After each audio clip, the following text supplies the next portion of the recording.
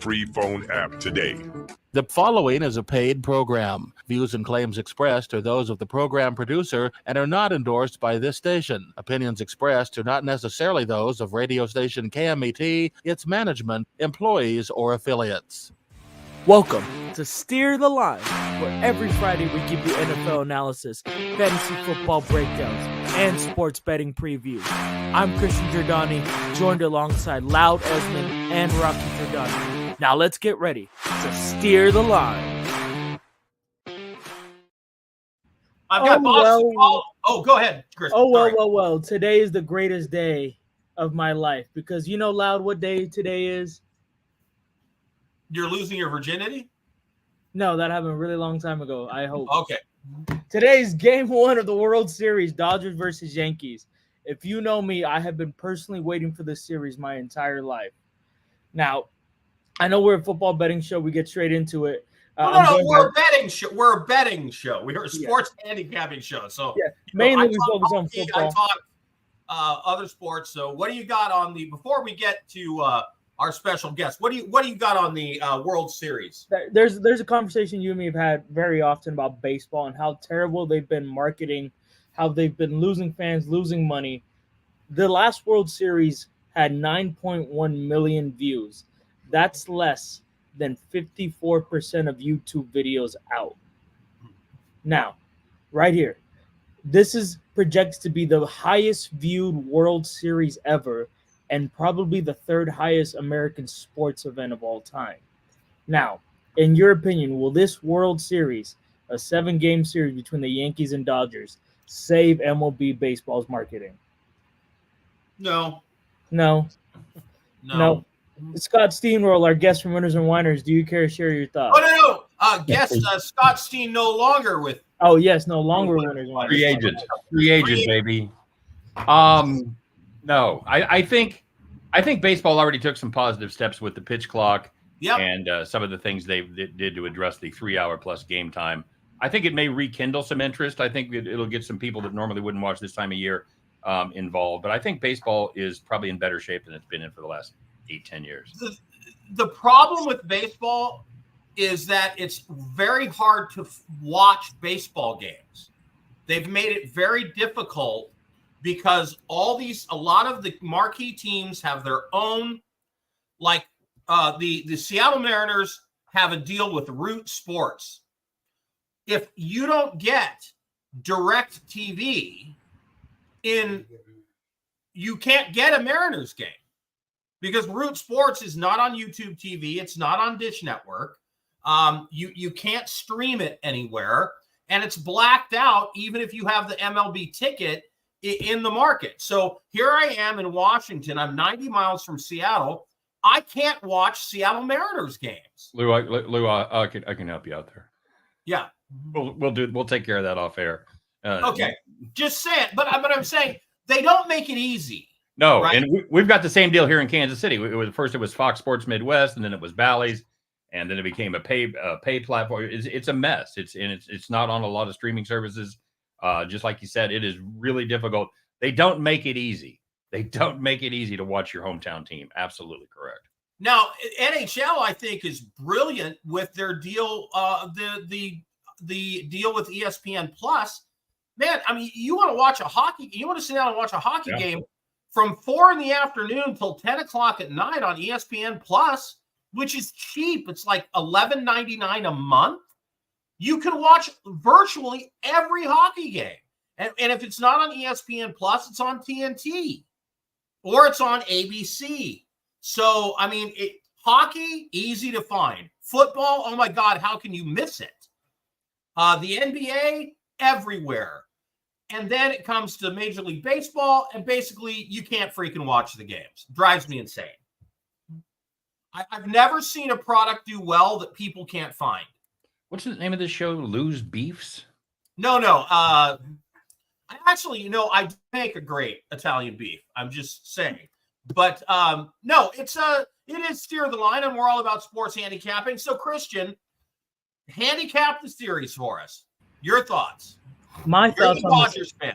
What's it going to be? My predictions for this series, it's Dodgers in 7. this is probably these are the two best teams in baseball, two powerhouses. Yankees, a dominant pitching staff, dominant bullpen. You can say arguably the three best hitters in baseball right now, and you can say the same thing with the Dodgers on the offensive side. Their glaring weaknesses are in their starting pitching. They're missing guys like Kershaw, like Glasnow, like Miller. Walker Buehler's struggling from 2 UCL surgery. Jack Flaherty had a really rough game 5. Yamamoto looks good, but he has some rough inning starts. So it all comes down to the Dodgers. I still have a problem with the whole Pearl Harbor thing with him. So just throwing it out there. Wowzer. Yeah. But it comes down to the Dodgers bullpen really and how well their bats carry. Yes, guys like Shohei Ohtani, like Mookie Betts, like Freddie Freeman, Teoscar Hernandez are going to carry the heavy load. But the diamonds in the rough, Tommy Edman, NCL's MVP, Enrique Hernandez, who has just come out of nowhere since getting a pair of glasses. If like one Charlie Sheen in that baseball movie. Had to be said. Yeah, if one more guy steps up for the Dodgers, I think it's a wrap in 7. All right. We got your take, Christian. Now let's go to the guy that knows what he's talking about. Scott. That's a lot of pressure. I tend to lean towards the Yankees just because of their starting pitching. I agree with Christian. The definite weak link for this Dodgers team has been their starting pitching. They've got a lot of guys and a lot of money sitting on the bench. I love getting plus money with the Yankees tonight. Plus 108 last time I checked it. With Flaherty on the mound for the Dodgers, he's been really inconsistent. He showed some flashes about the old Jack Flaherty, but I don't know how consistent he is. And getting to go up in game 1 there, you never know when the moment's going to be just a little bit too big. Squaring off against Garrett Cole, who's looked really good in the postseason so far. I think it's going to go 7. I agree with you, Christian. I think it could go either way. But in game 1, I like the Yankees quite a bit at plus money. Okay. Thank you very much, Scott Steen. Just very quickly, last night, I was, I've got to say, it's kind of funny. I was accidentally on the Rams. I screwed up my pick somehow, and I ended up taking the Rams plus 3. Of course, they won outright. But Christian, that missed call at the end of the game has got to be, it's up there with, remember when the Saints receiver got tackled? I do remember. With like 40 seconds left in the game, and they're at the 5-yard line, and the guy just blasted the receiver. The ball hit him in the back, and the referee swallowed his whistle. Scott changed the rule. It changed the rule for the next season. Right. They reviewed all DPI calls.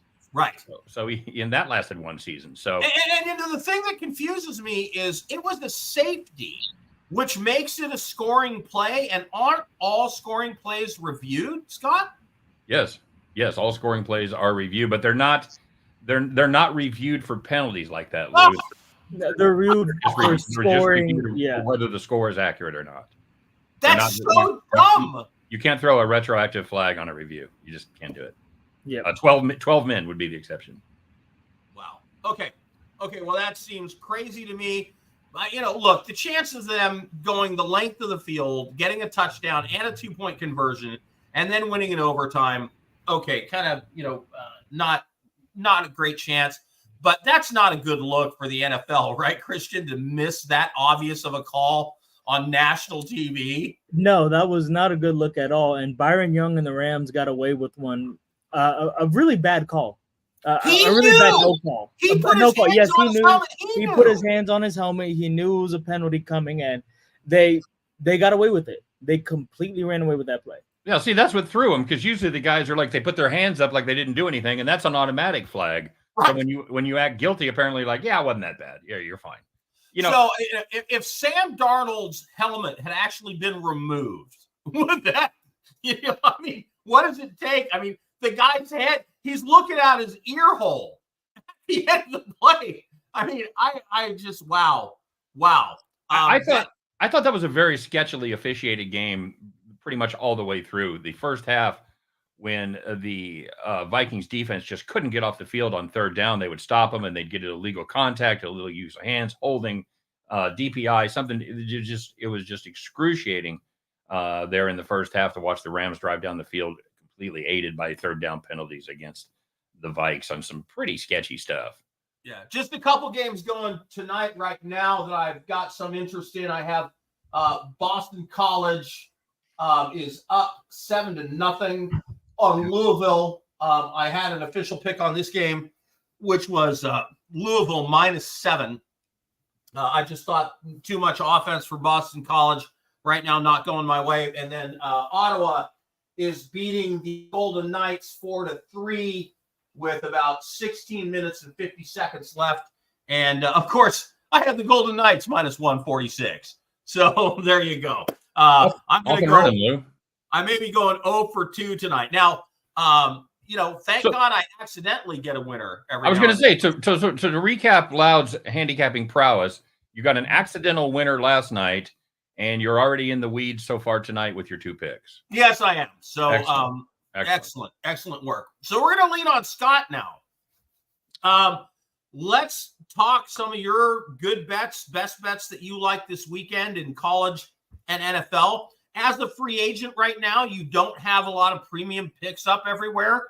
So you have the ability to basically talk about whatever games you want. So I'm pulling the ripcord, Scott. Tell everybody what they should be betting on to cash some tickets this weekend. Well, I'll tell you something that I do like, and this is the team that's closest to my heart. I have 2 teams that I have loyalty to in college. I graduated from University of Missouri, and my son graduated from Kansas State. We saw a lot of games there, so I'm a K-State fan as well.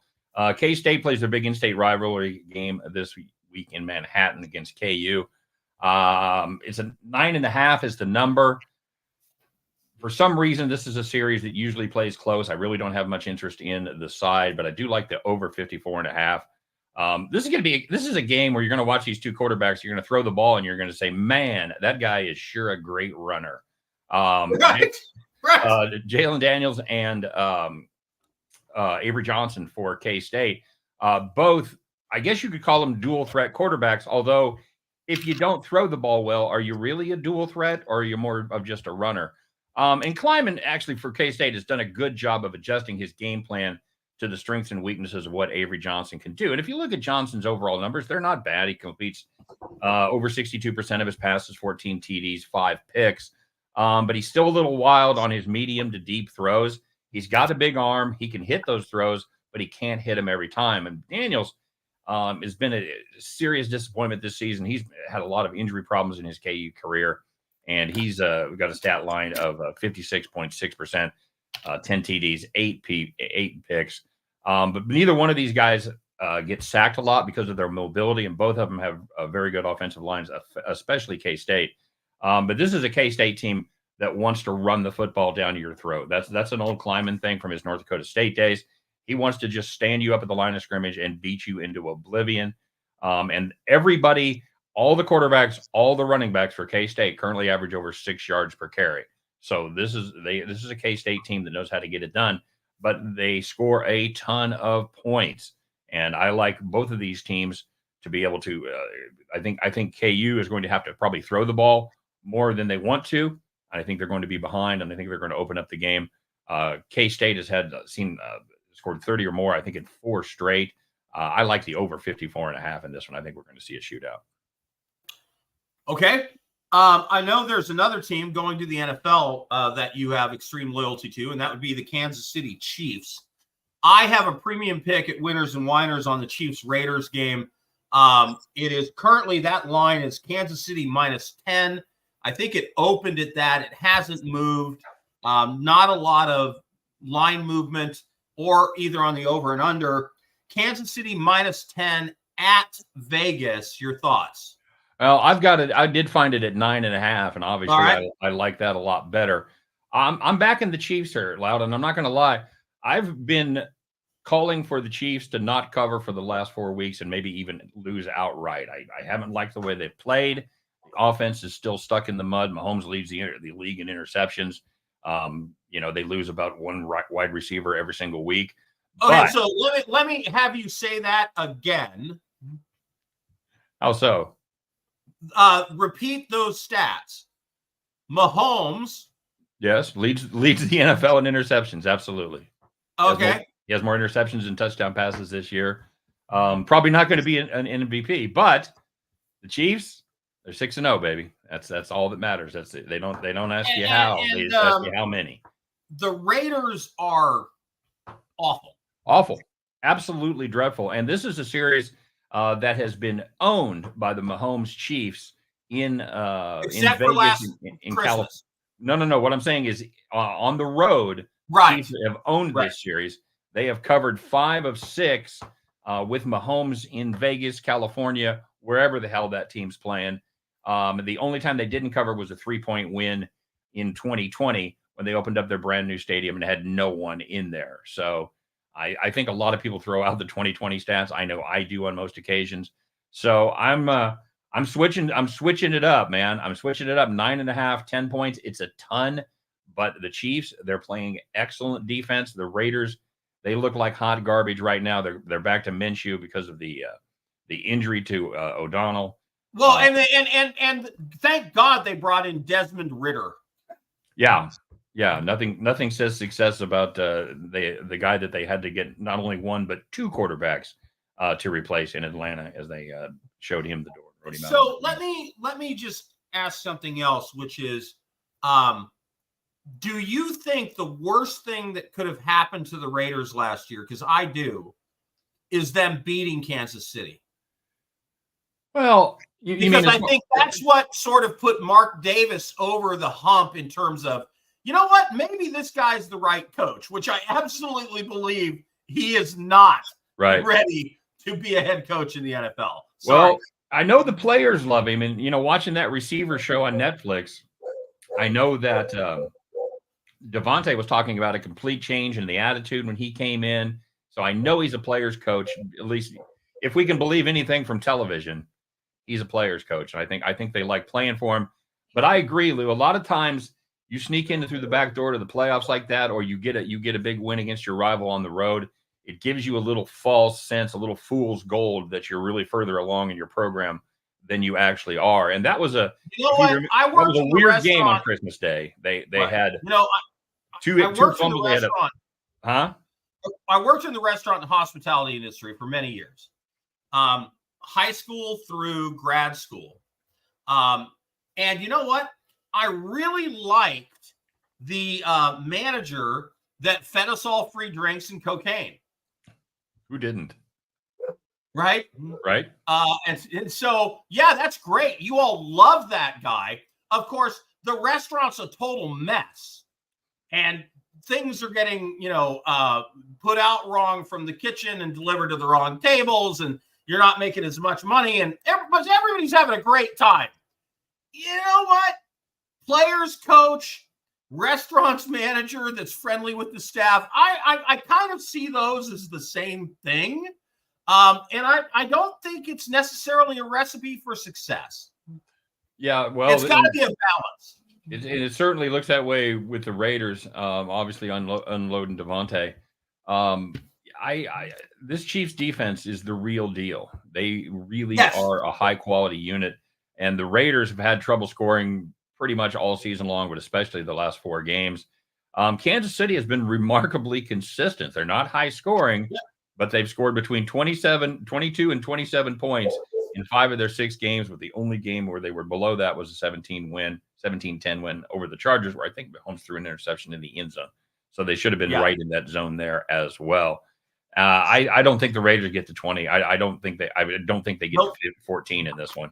And I think the Chiefs should be able to do their thing, put a game up in the mid-20s to cover the number.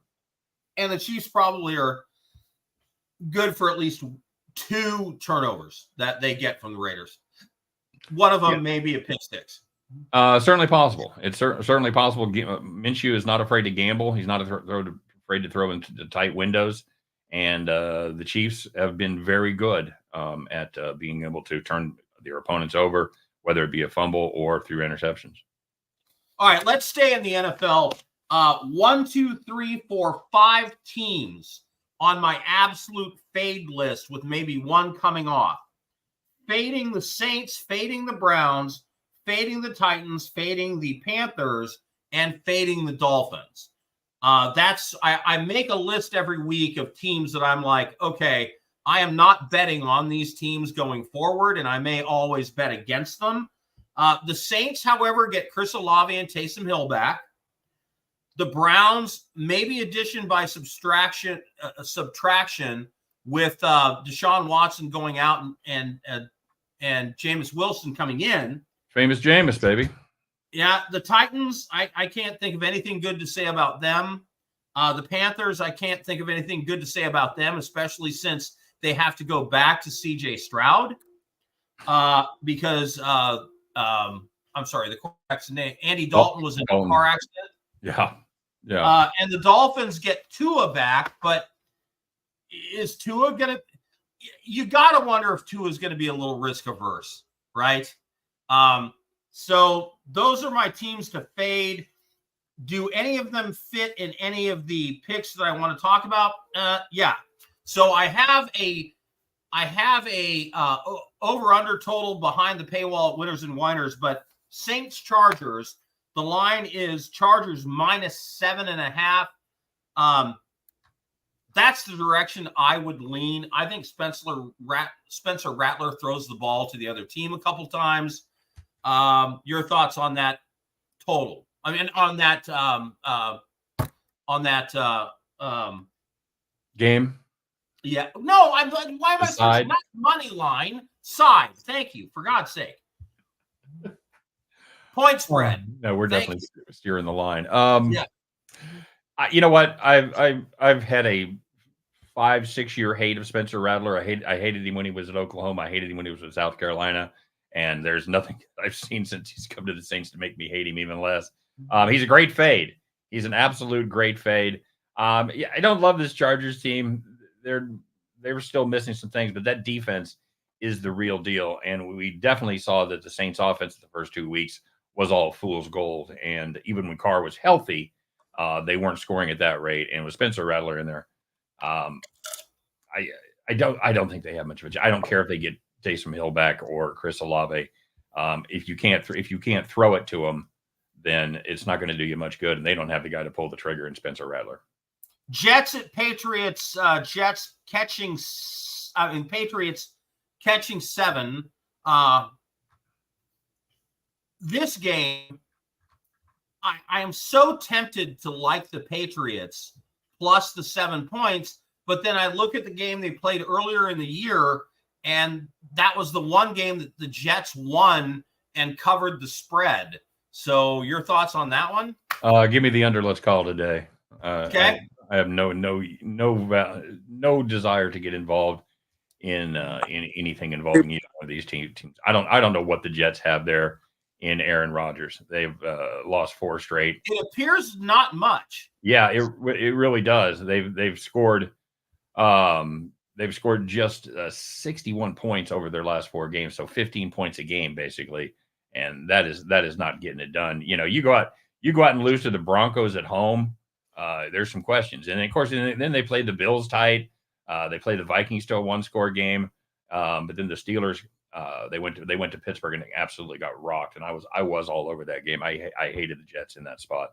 I was glad to see Pittsburgh take care of business there. I saw a side-by-side picture of Davante Adams sitting on the sidelines in a Raiders uniform and Davante Adams sitting on the sidelines in a Jets uniform, and the look on his face was exactly the same. It said, "What the hell have I gotten myself into?"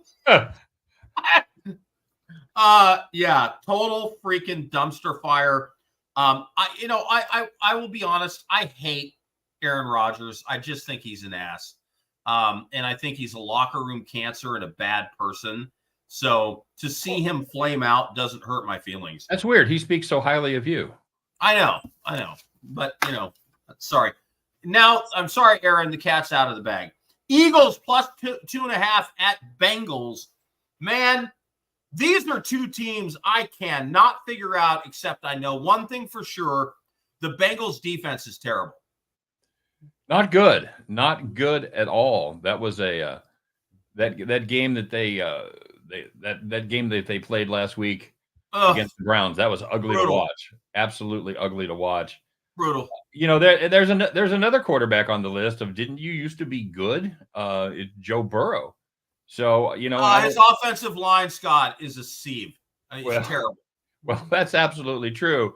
And that started when they picked up Orlando Brown from the Chiefs. And you got on Chiefs Twitter or Bengals Twitter, man, they couldn't stop making fun of the Chiefs for letting him go.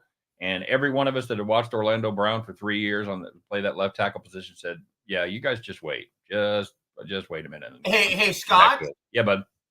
When somebody asks your wife, the husband that you have or something else, and she hesitates, he knows you better than anybody. Not a good sign. When your team is willing to let you go, it says something. And you see it with Aaron Rodgers.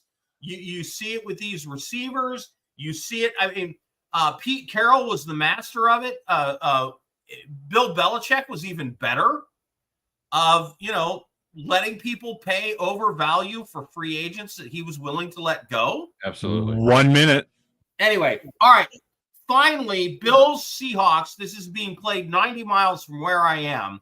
It's Bills at Seahawks. Seahawks +3 at home. Quickly, your thoughts. Give me the Bills. I know. I haven't dug into that one deep yet. I'll take the Bills. I think the Seahawks are kind of pretenders. Yeah. And I'm going to go the opposite way. I don't have a paywall pick on this. It's so hard to play in Seattle. It's incredibly loud. Yeah. And also, I don't believe in Amari Cooper. The Raiders let him go. The Cowboys let him go. He shrinks in big games. I'm just not sure he's the right guy to help fix that offense. Scott Steen will be here joining us a lot of Friday nights, we hope, throughout the season.